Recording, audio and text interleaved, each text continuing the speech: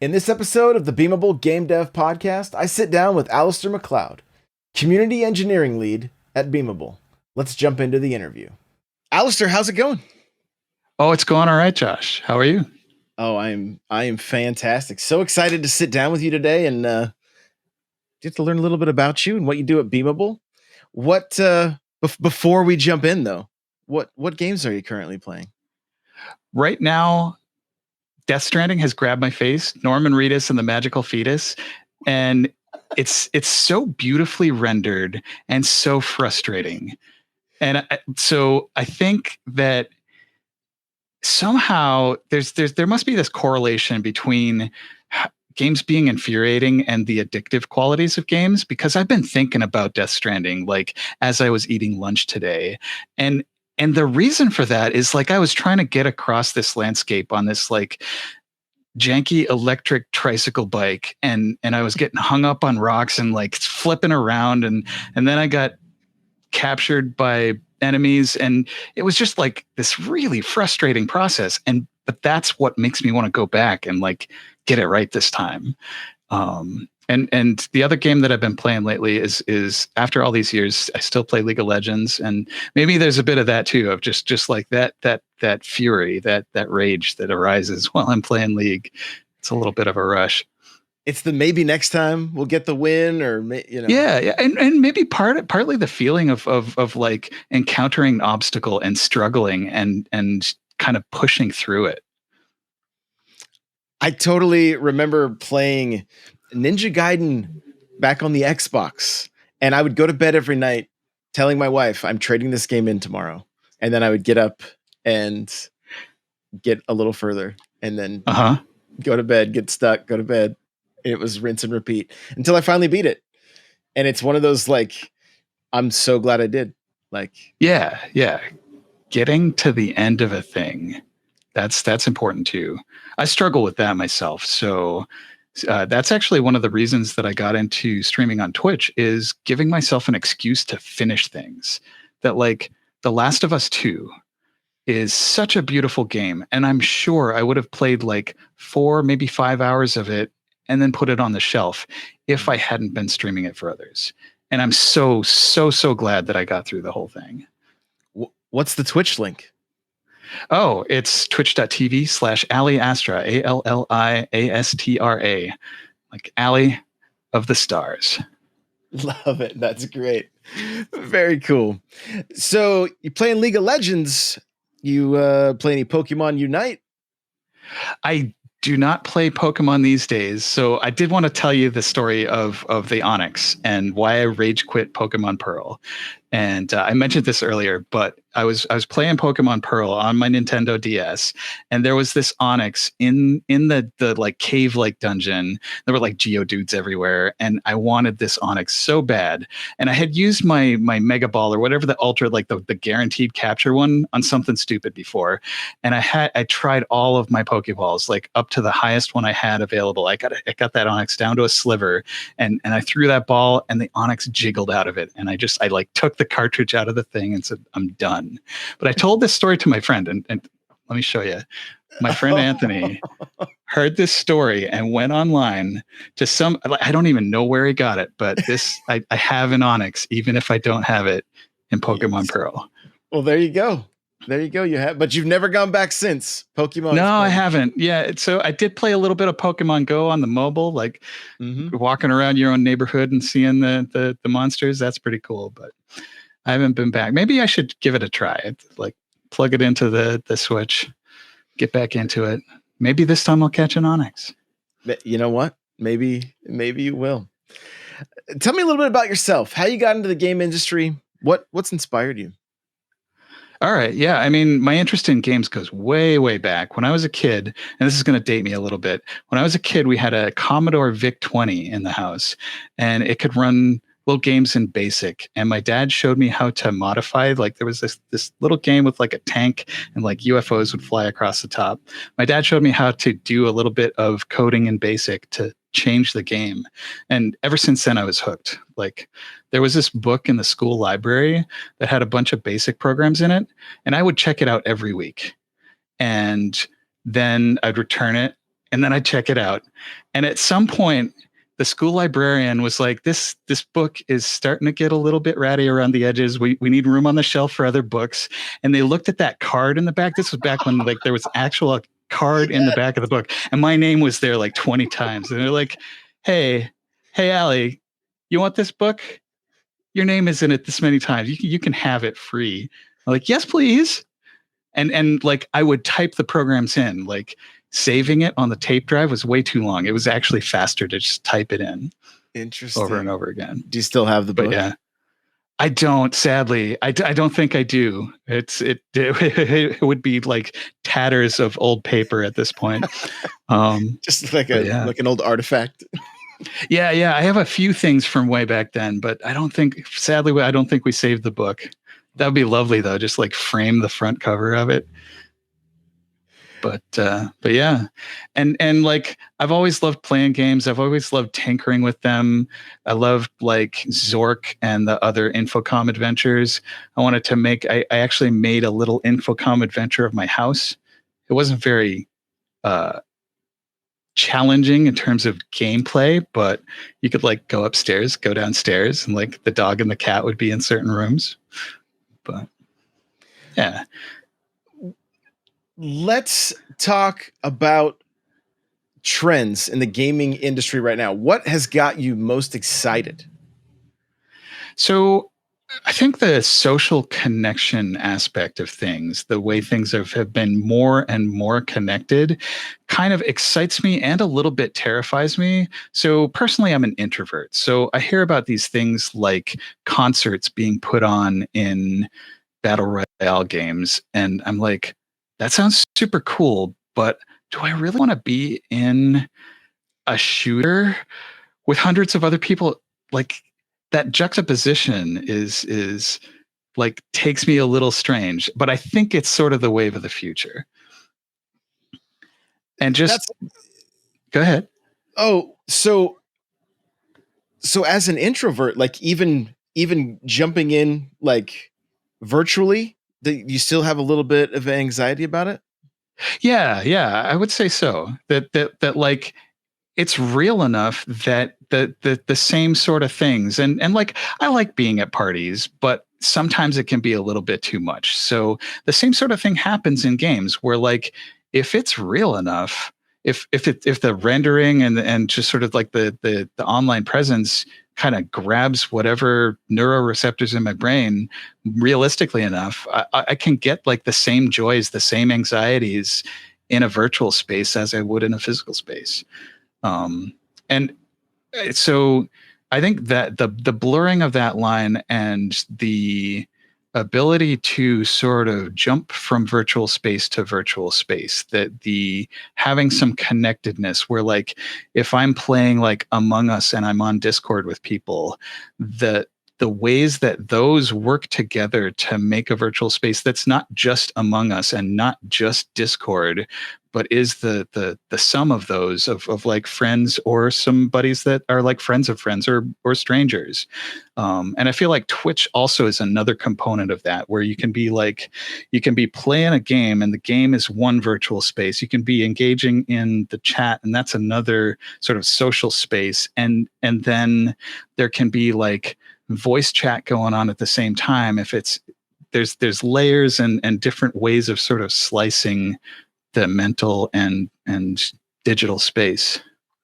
Well, we've definitely seen it change over the years, right? Because even though we're still just using Discord for voice chat with Among Us, there's still something different about it than just when we were playing, like Halo 2 with voice chat, or some of those the older games on Xbox or PlayStation or even on PC.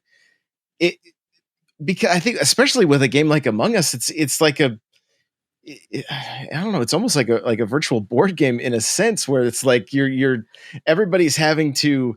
You're not just making your call out, right? Like, oh, I'm about to get the flag, or like there's somebody in our base, but it's like, no, I saw you do this, and no, you didn't. There's this, and there's that social nuance aspect of it that never did come in, I think, in the Halo. Like I remember back in the day, just like IRC text chat was the primary way that I interacted with my buddies online. And like I didn't even have a headset. I didn't have any way of like conveying my voice over the internet to my buddies. And then we got like Ventrilo and TeamSpeak and stuff like that. And you mentioned Halo. I didn't get into Halo a whole lot, but just sort of like I think the voice chat scene sort of exploded with Halo. But you're right, with Among Us, I have to turn off my camera when I'm playing Among Us because I have a terrible poker face. So if I'm the killer in Among Us and like I'm going after people, it's like I'm gonna either be like hyper tense or I'll be like grinning like I'm gonna get them. And they're gonna be able to see that on video chat. So gotta Yeah. keep it to voice only. That's yeah, and then you try to stream it, and then you've got your chat is a Mm-hmm. whole nother, they're like, he's the killer, she's the killer, whatever. Like they Mm-hmm. just it's Very always sus. you've gotta like you gotta play it safe with them. So speaking of Twitch and chat and everything, what are some of the games that what do you look for in games that you stream? That's a good question. So I think that the answer is different for everybody. For me, I'm looking for a game that I'm going to have a good time playing, that I'm going to get some kind of impact out of, and that's going to be enjoyable for my viewers to see.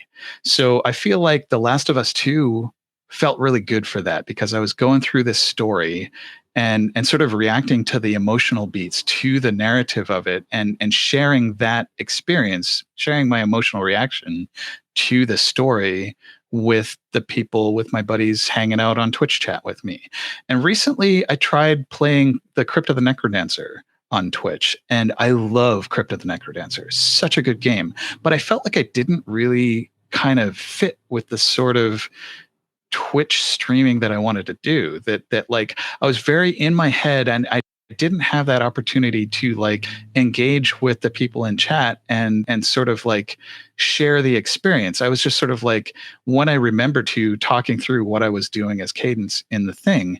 And it's been interesting for me to sort of compare and contrast. And then for like my buddies, I've got my buddy, if I can shout him out, his handle is notorious_BLT, Noter for short, but Notorious BLT. He plays Dark Souls and he's been like helping me and other friends kind of get into Dark Souls, get through Dark Souls, like enjoy Dark Souls. And that's another game that I would totally have bounced off of if it weren't for Notorious BLT and the community just sort of like egging me on and kind of enjoying it and suffering through the failures with me. So his thing is all about stuff that people can play cooperatively and sort of like be chatting about as we're going through this experience, as we're having our triumphs over the bosses, as we're like accidentally shooting each other in the back with ballistas. I will never forget that, Noter. And all of that. And then like there's other people who are like playing stuff like Jackbox games and like these hyper interactive like stuff with even Twitch integrations where like the chat affects the game and the game affects the chat, and it's just like everybody's participating in this very high energy thing. And I love that. But again, that's the sort of thing that like drains energy from me as opposed to regenerates it, where for me like enjoying a contemplative sort of piece of beauty, like I played Abzu recently and it was so chill to just swim around with fishes and kind of be relaxing with friends on chat. That's what regenerates for me. And then stuff like Among Us is another great example where it can just be a bunch of friends or a bunch of acquaintances or a bunch of strangers all getting together to have a good time, stab each other in the back, throw each other out the airlock on false accusations, and just like kind of like push the boundaries of the social space as we're just sort of having fun in a game space. Yeah, you made some great points, and the way I've had those moments where I'm on Twitch, I'm streaming. I think like Paper Mario, the Origami Okay. King was one of them, where it was like I was enjoying the game and the story and everything, but like it was hard to like be entertaining while I'm being entertained. Whereas like I can play Mario Kart and almost race with my eyes closed and talk with my chat the whole time. Right. So Yeah. it's a different dynamic. But in some cases I've played through, you know what? I mean, I played Breath of the Wild forever and like all the way through that on stream. So it is kind of interesting, you know, the way certain games can just really feel more streamable than others. Let's transition a little bit. Sure. Let's talk about some of the projects that you've worked on.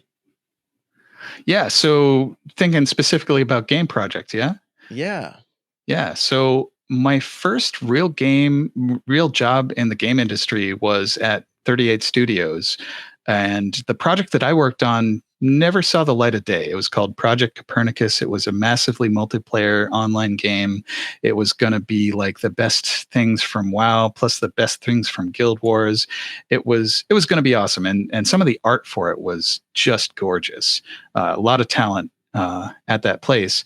And the other game that I worked on with 38 Studios, I worked on kind of the back end portion of it. I wasn't working on the gameplay or the art or the any of the stuff that players kind of directly interact with, but I was working on the systems that allowed the game Kingdoms of Amalur Reckoning to sort of report achievements to like Xbox and PlayStation. And so it's not glamorous to build the plumbing that gets the achievement information from, like, here I am playing an Amalur with all these colorful fungi and trolls and stuff, and I've killed my 100th troll. That's an achievement. Somehow that has to get to Microsoft. It has to get to Sony.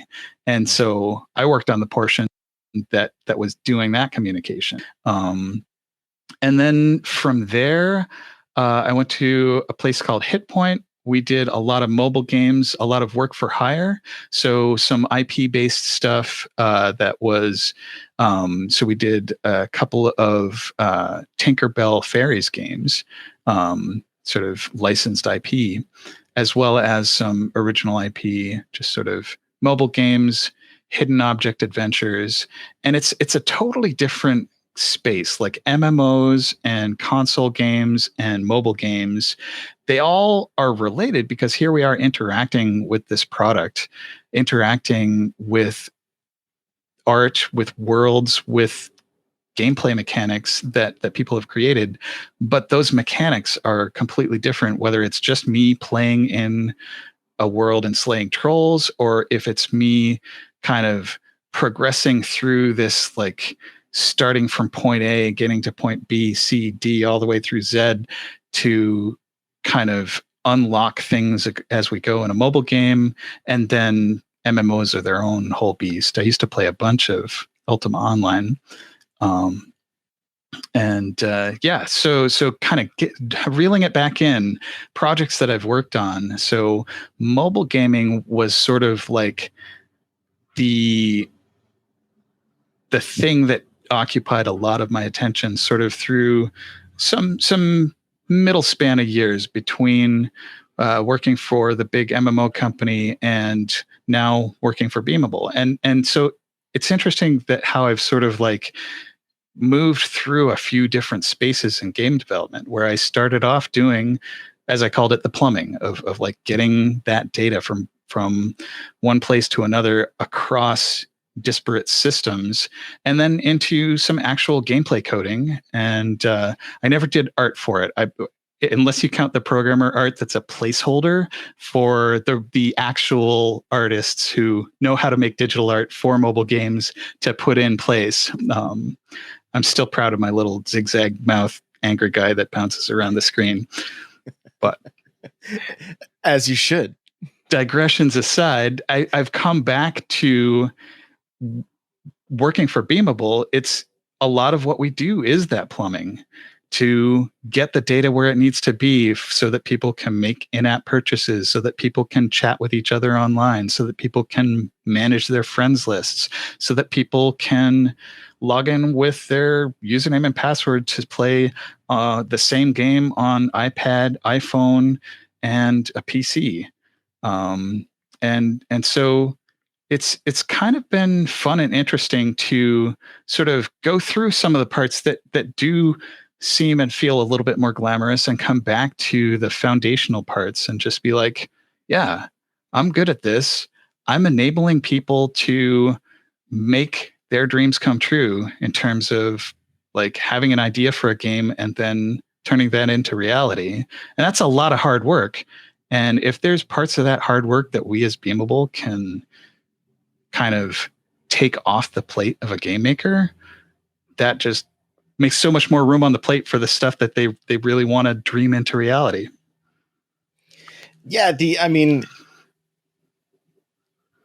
there's the possibility that something that was, as the scope narrowed, all of a sudden, because of what Beamable is able to do, they're able to maybe bring something back and even add something that they had originally taken away, which is great. So I love hearing that. You've been in the industry a while. How have you seen it change over the years? So the biggest change that I've noticed over the years that I've been in the game industry is just more and more emphasis on mobile, where like back in even 2010 doesn't sound like that long ago, but like how many people had iPhones in 2010? They existed, but they weren't ubiquitous, where like even my teenage nephew has a smartphone. Like they're everywhere, and like people are playing games on them, people are chatting on them, people are having video calls on them. It's just such a much more mobile and connected space than it was even 10 years ago. My daughters and my son's girlfriend are probably sitting right now as we speak playing a game they call HH. I think it's some kind of hotel game where they're sitting with each other, but they're conversing with all these other people in this social space.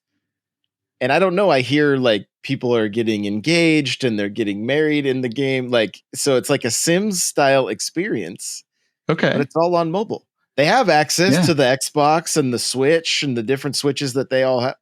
But here they sit playing, Yeah, and just then I like get the questions. Can I buy this? Can you get me this? Like. Yeah. It is funny to have like this massive television and then like just actually be interacting on the tiny little screen. It's very true. Very true. So as a dev, what's been the biggest lesson that you've learned? Biggest lesson that I've learned as a dev. It's hard to pick the biggest. Like Sure. I've learned a lot of lessons over the years of like commit code or it didn't happen. Be willing to let go of code. Like one of the hardest things as an engineer developing is to have written all of this code that does stuff, and then for whatever reason, whether it's a design change or needing to refactor, being willing to say, okay, yeah, it took me X many hours to write these like 3,000 or 4,000 lines of code, and we're just going to throw that all away because this is better. And realizing that learning from those 3,000 lines of code and being able to write the thing that's better and being able to let go of the code, of the work that isn't the thing that it's going to end up being, is still the better. Like it's going to result in a better product, a better experience in the end. And just that process of letting go is difficult, but also a little bit freeing. But yeah, just the value, getting back to like the technical details of learning, the value of like source control, backups, and documentation. And I'm talking a little bit about like documentation of like, how does this thing work as a user of this software? How do I understand how it works? As well as internal documentation between developers. Like as an engineer, I want to know exactly what was in the mind of a designer when the designer decided what a feature should behave like. And I want to be able to communicate very precisely what can or can't happen in, like, when we run this on an old iPad, what kind of resolution, what kind of detail can we put into the art? So just communication in a durable fashion, in a way that is understandable across many disciplines of, like, art, of design, of programming, and other sorts of engineering. It's finding common languages is so valuable, and it's not always easy, but it's of immense value. Very well put. I want to thank you for taking the time to sit down with me today and chat about this stuff. Yeah, glad to. And thank you for inviting me here and for asking such insightful questions. It's been a pleasure, Josh. All right. We'll see you next time. Thanks so much for listening to this episode of the Beamable Game Dev Podcast. For more information about Beamable, head on over to beamable.com.